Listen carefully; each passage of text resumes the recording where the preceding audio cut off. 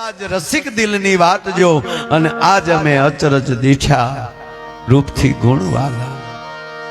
બે કડી વધારે બાપુ ગાવે એનું કારણ કે પછી બધા રૂપિયાની ગોળ કરવા આવ્યો હોય એટલે અઢીની મોટર પાસે પોગી જાય. બાકી હું ગાય નથી, મારો વિષય નથી, હું નથી ગાતો. એ પણ સમાજની મોટી સેવા છે.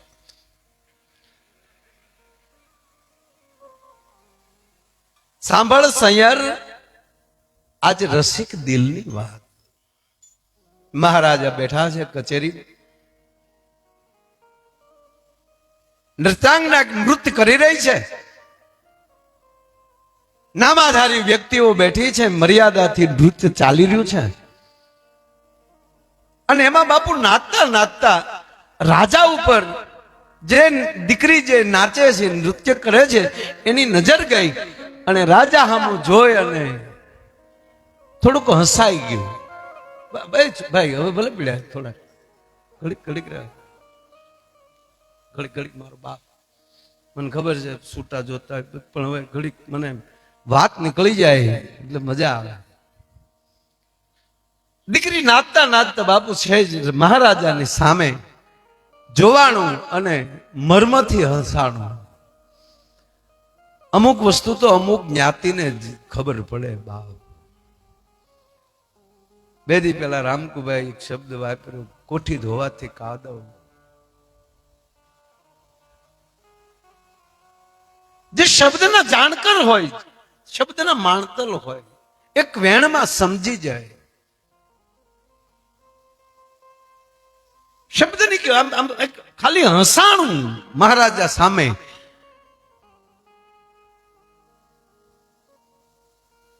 નૃત્ય પૂરું થયું.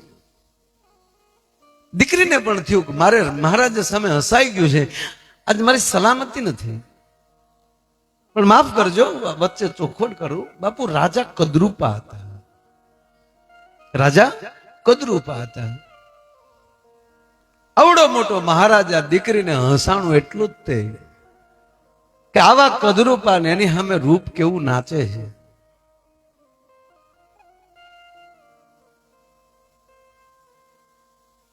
મહારાજાને પણ આશ્ચર્ય થયું કે આ નાચતા નાચતા દીકરી, પણ જોજો શબ્દની તાકાત કેવી હોય છે એ વાત કરું છું.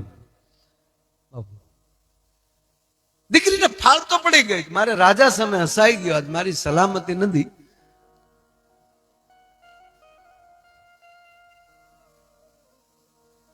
રાતનું ટાણું થયું, પેલો પહર, રાજાને નીંદર નથી આવતી. મહારાજા કહે છે કે છે કોઈ હાજર? જી મહારાજ. નૃત્યાંગનાને બોલાવો.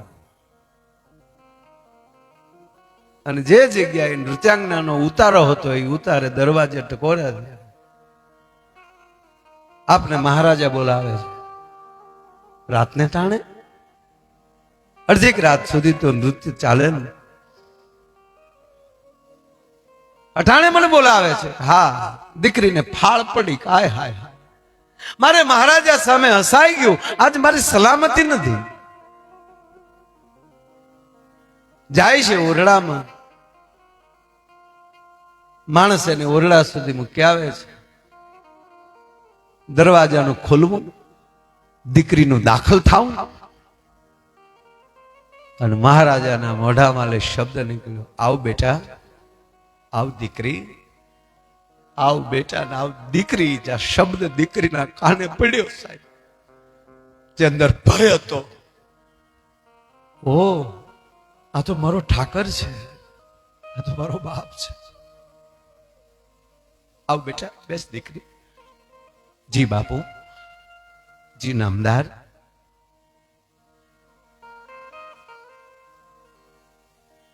બેટા મારે તને પૂછવું છે,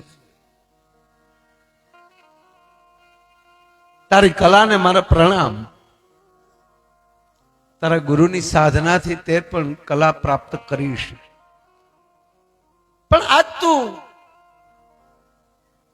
તું હસી કેમ? મારા ઉપર તને હસવું કેમ આવ્યું? તું નિર્ભય છો, તને મેં દીકરી કીધી છે. દીકરી બાપ સામે બોલી શકે. જગતમાં બે જ એવા છે, એક અંગત મિત્ર અને એક દીકરી. દીકરી કોઈ પણ ટાણે બાપને ફોન કરીને કહી શકે કે બાપુજી આ કામ હતું અથવા તો આ મને નથી ગમતું. તું મારી દીકરી છે, તું મને કે.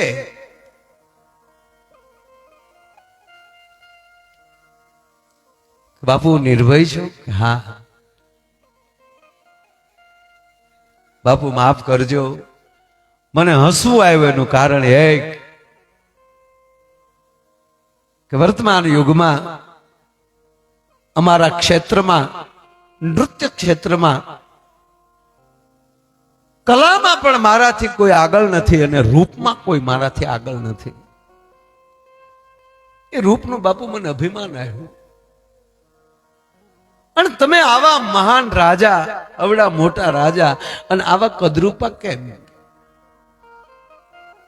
તમારે કદરૂપા ઉપર મને હસવું આવ્યું. ત્યારે દીકરીને કહે છે, નૃત્યાંગનાને કહે છે આ દેશનો રાજા કે બેટા સાંભળ, તું જયારે આ ધરતી ઉપર આવવા નથી, હું આ ધરતી ઉપર આવવાનો હતો, એટલે એક બાજુ રૂપનો ઢગલો પડ્યો હતો ને એક બાજુ ગુણનો ઢગલો પડ્યો હતો. એમાં પસંદગી કરવાની હતી, તે રૂપને પસંદ કરી લીધું, મેં ગુણને પસંદ કરી લીધા. સાહેબ સાંભળ સૈયર, આજ રસિક દિલની વાત જો, અને આજ મેં અચરજ દીઠા આ રૂપથી ગુણ વાલા. અને કેવા ગયો, રૂપ જ જો સ્વીકારાતું હોત તો દિગંબર સાધુના દર્શન કરવા શિવરાત્રીના મેળામાં દુનિયા ગાંડી નો થાત. બાપુ